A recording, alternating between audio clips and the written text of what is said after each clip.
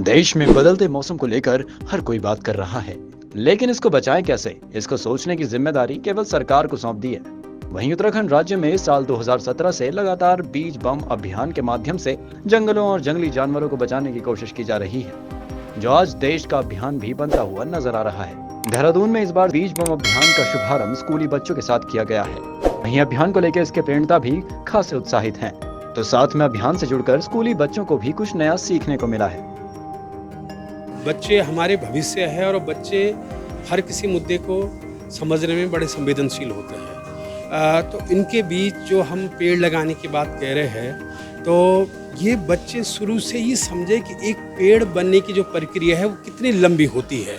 तो इसलिए इनको बीज बम अभियान से जोड़ा कि इनको मिट्टी के बारे में भी इनकी समझ बन रही है, इनके कंपोस्ट के बारे में भी समझ बन रही है, और प्लस जो ये बीज बम जंगलों में फेंकते आ रहे हैं उसके लिए जो बीज है, वो जो बीज घरों में अब डस्टबिन में जाया करता है, तो ये बच्चे उस बीज को भी बचा रहे हैं।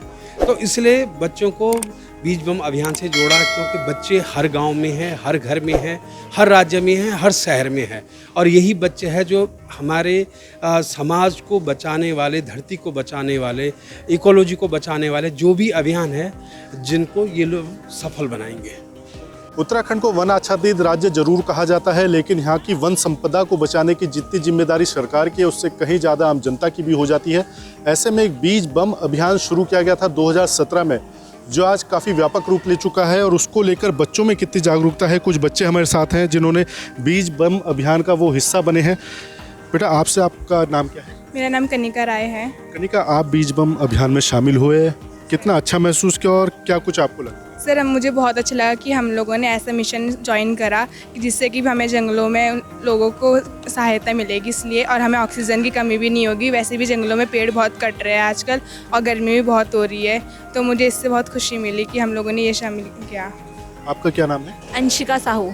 अंशिका, आप भी शामिल रहे थे, कितना अच्छा महसूस किया है कि आप इस अभियान में शामिल? मुझे तो बहुत खुशी हुई है, क्योंकि इस समय बहुत गर्मी पड़ रही है।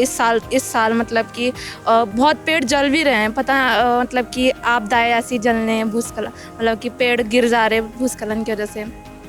तो इससे पेड़ जो कम हो रहे हैं उससे हम और बढ़ेंगे पेड़। वैसे तो हमारे ज़रूरत के लिए तो बहुत पेड़ चाहिए, पर हम जितनी कोशिश कर सकते हैं उतना पेड़ लगाना चाहिए हमें। आपका क्या नाम है? कनिका नौटिया है। कनिका, आपको क्या लगता है कि जरूरत है पेड़ों को लगाने? सर, जो पेड़ इतने ज़्यादा ह्यूमन बींग्स कट करते हैं अपने लिए, अपने स्वार्थ के लिए, तो हमको पेड़ लगाने चाहिए और ऐसे इलाकों में घर बनाना चाहिए जहाँ पर किसी दूसरे जानवर को नुकसान ना हो। आपका क्या नाम है? कोमल। आपको क्या लगता है, आपने भी बीज बम बनाए थे, कितना अच्छा लगा और क्या कुछ कहेंगे? सर, मुझे बहुत अच्छा लगा।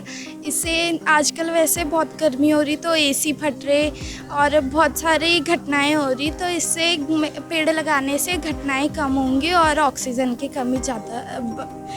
ये थे वो बच्चे जो बीज बम अभियान का हिस्सा बने हैं, जो लगातार काम कर रहे हैं, अपने स्कूल में पढ़ते हैं, तो स्कूल के माध्यम से जो भी जानकारी इनको मिलती है उसको इम्प्लीमेंट करने की कोशिश करते हैं, और लगातार बीज बम अभियान जो चल रहा है उससे जुड़े हुए लोग भी हमारे साथ हैं। रतुड़ी जी इस वक्त हमारे साथ हैं। रतुड़ी जी, आप लंबे समय से बीज बम अभियान से जुड़े हुए हैं, पहाड़ों की हालत हमने देख ली है, किस तरह से ज़रूरत लगती है कि इस अभियान को और व्यापक रूप दें? देखिए, समझना हमारे लिए बहुत ज़रूरी है कि पर्यावरण संरक्षण जो है वो एक सतत प्रयास है, वो एक इंस्टेंट प्रयास नहीं हो सकता कि आज हमने किया कल ख़त्म हो गया। और दूसरा ये समझना पड़ेगा पर्यावरण को परिभाषित करना बहुत ज़रूरी है। पर्यावरण का परिभाषा सिर्फ पेड़ ही पेड़ नहीं है।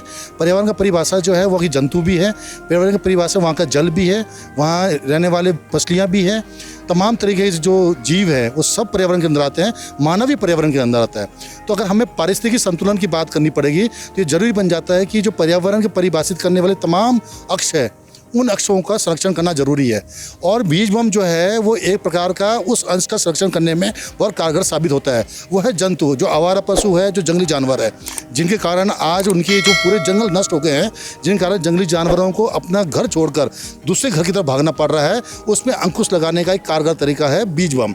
और ये जो बीज बम है, अगर जंगल में डाला जाएगा तो कम से कम जंगली जानवरों को वो आहार मिल पाएगा जिनके कारण उनको बाहर आना पड़ता है। तो इस सतत प्रयास में हम सबको अपना योगदान देना चाहिए, यही हमारा प्रयास है, ये हम लगातार करते आ रहे हैं।